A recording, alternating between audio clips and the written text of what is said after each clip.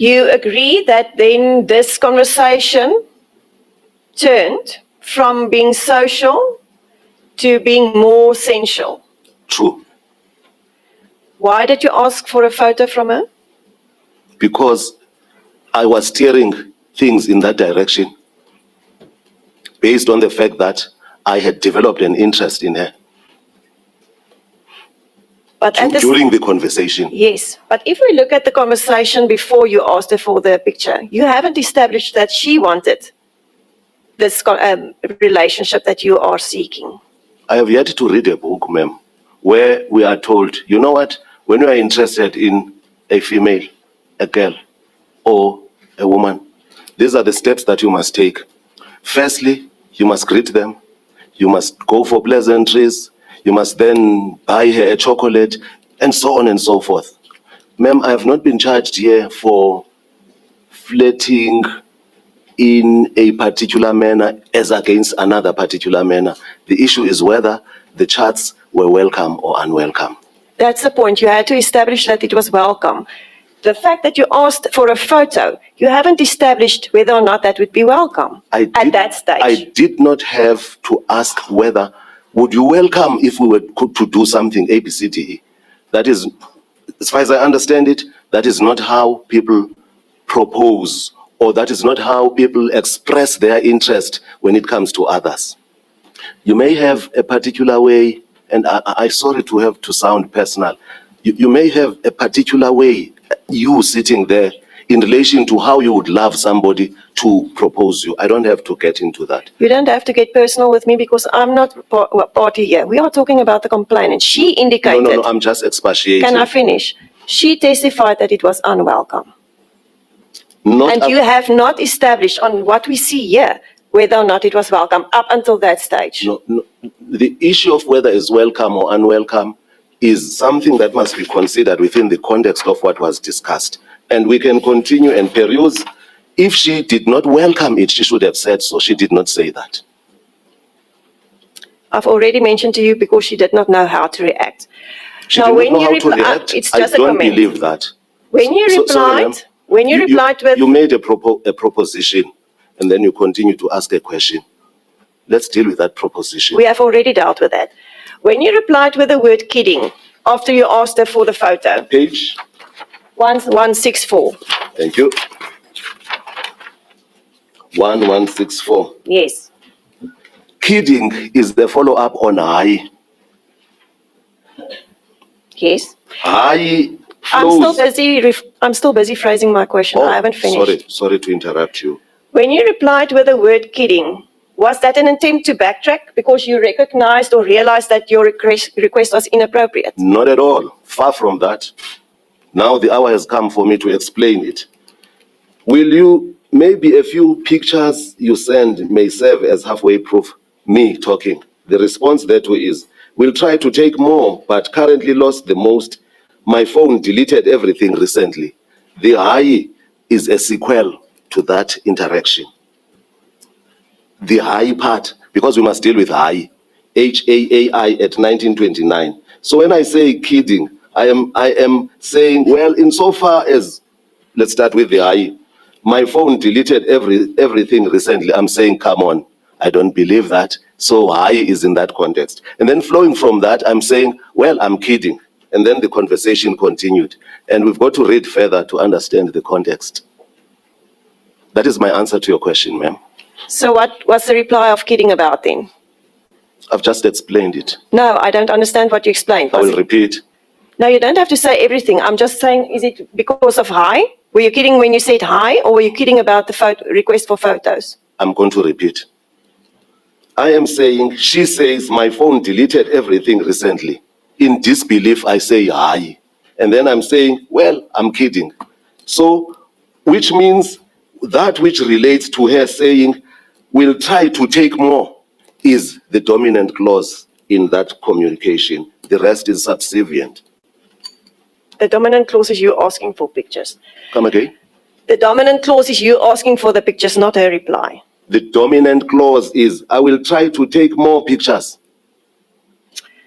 I'm talking about the dominant clause particularly in relation to what was discussed at 1923 at page 1164.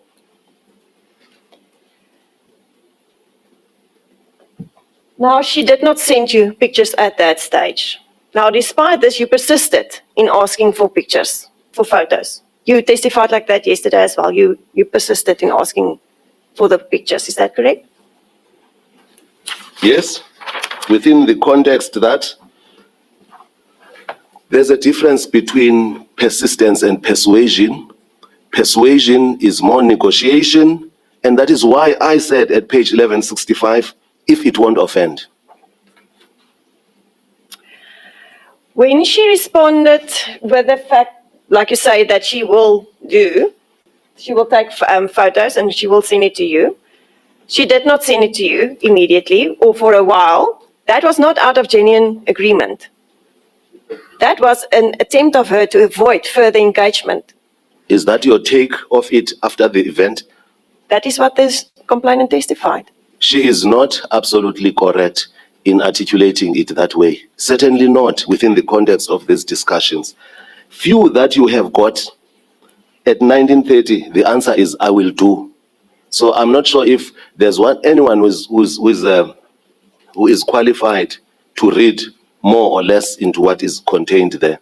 But she's stated what she stated under oath when she was testifying, but all I'm saying is it's not borne out by the context, because she does not only say, I will do, then she also says at 2022, ubuzifuna kwangoku na.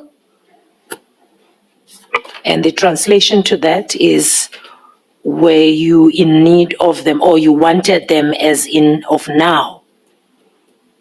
Uxolo bendisajima. My apologies, I was still gymming. Then I say, if it won't offend, and that attracts a wink from her. So I'm saying, let's not, with due respect, or put it this way, in a manner of speaking, it is not going to help this tribunal, for me or for whoever else, to be nitpicking and read things out of context.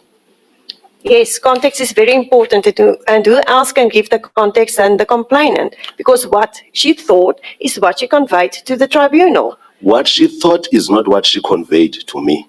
She conveyed something to the contrary, which is that I will do, 1. 2, if it won't offend, there's a wink. But then she doesn't do that. And would you say that when someone says, I will do, but don't do it immediately, only after you keep on persuading her, that is not necessarily true consent? Is that so? I'm putting it to you. I disagree. And then you keep on asking, few that you've got. Indeed. And she keeps on putting you off by not doing what you wanted her to do. She keeps on not saying she won't do. She keeps on not saying it will offend her. As part of the negotiation and the discussion. I'm at page 1165.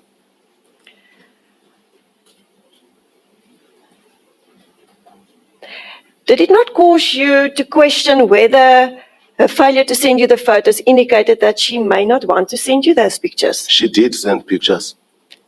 After you continued persisting in asking that, I'm asking at that stage. Shall we then use the word persuasion and negotiation? Because I contextualized it. She has said she will do.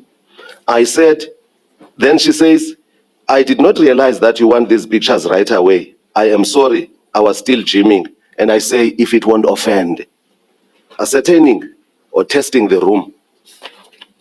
So point of substance is that from a reading of this and sitting where I am today, I can't find anything in the form of a rebuff. On the contrary, I find cooperation between two adults in the context of what was being discussed here. Nothing such as a rebuff. I am not going to take issue with the testimony that she gave. She chose to testify the way she did, but looking at it from what I am reading here, it flies in the face of this.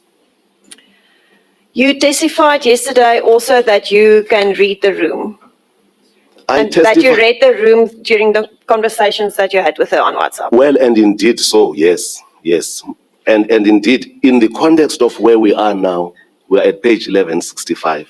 In that context, I'm saying, if it won't offend, why am I referring to that? It is because of the manner in which you engaged me in this debate that we are engaged in. So it is to point out that, well, you know, at every twist and turn, I thought it was incumbent on me to read the room, so to speak, and I did exactly that. I put it to you that you did intentionally not read the room. Actually, what you did is that you ignored what you did not want to accept, and you simply read what you wanted into those conversations. I disagree.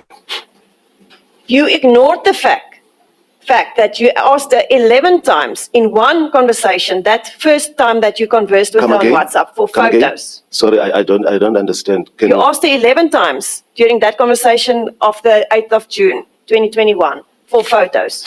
In fact, you even begged when you said, please, PLZ on 1165. Which also appears at 1167, because there is such a thing as persuasion and negotiation. By not seeing that she is not responding positively to you, there's no negotiation. It's only one-sided. You asking. That's a matter for argument. I disagree with your proposition. I disagree, particularly if one goes to 1167. 1167, you will see that she did send a picture to me prior to that point. There is that picture. That picture was sent by the complainant. It was not downloaded from a status.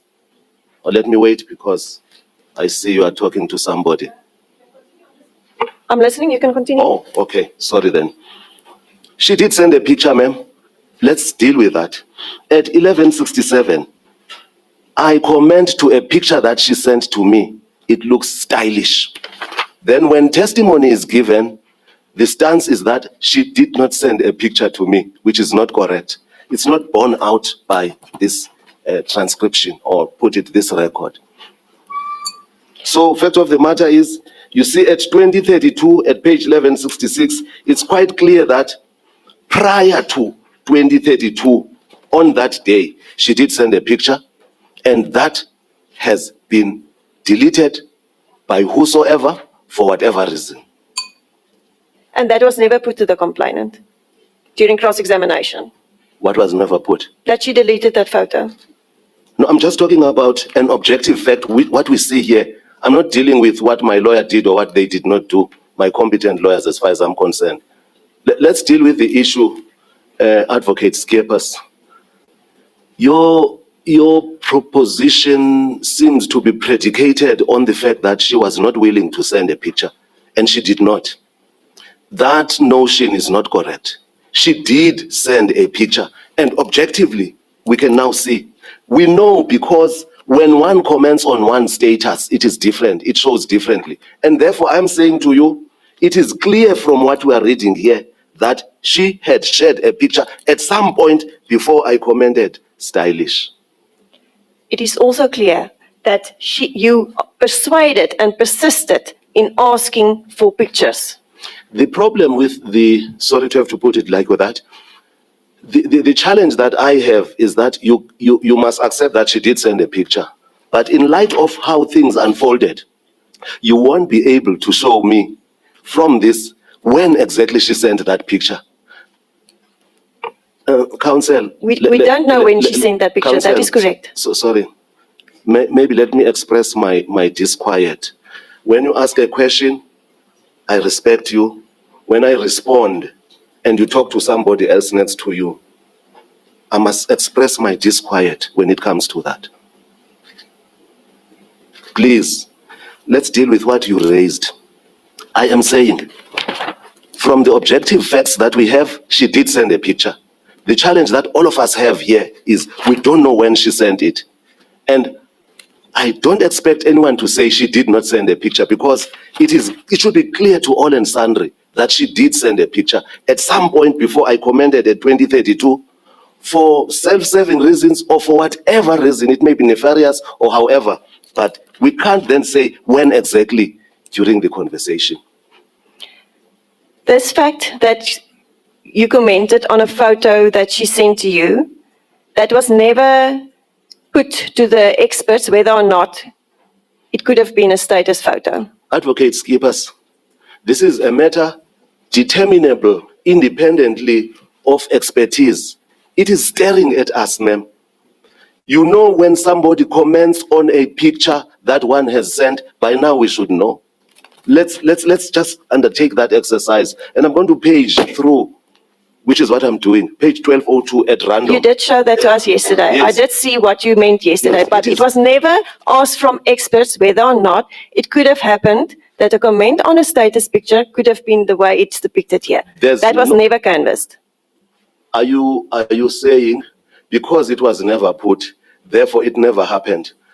Yes, you are free to put it that way, but my response, which I am free to give to you, is that you don't need to have a degree to see this. It is determinable logically. We can see she did send a picture, to which I commended stylish. And when she testified saying she did not send a picture, she was not telling the truth. In any event, that photo that you responded on as stylish is not a naked photo. It's someone fully dressed. Is that correct? Absolutely correct. So we are now moving from the premise that she did send a picture. I'm not saying she did send a picture. You replied to a picture which she said was a status upload. That is her version. Sorry maybe to have had dealt with it the way I did. I have established, I believe, that she did send a picture. This is determinable from just a naked eye. Objectively, she did send a picture. She was not truthful when she said she did not. So that is her picture, in fact, to which I commended stylish, and to which she then responded, "You've got a fine eye too," at 11:67.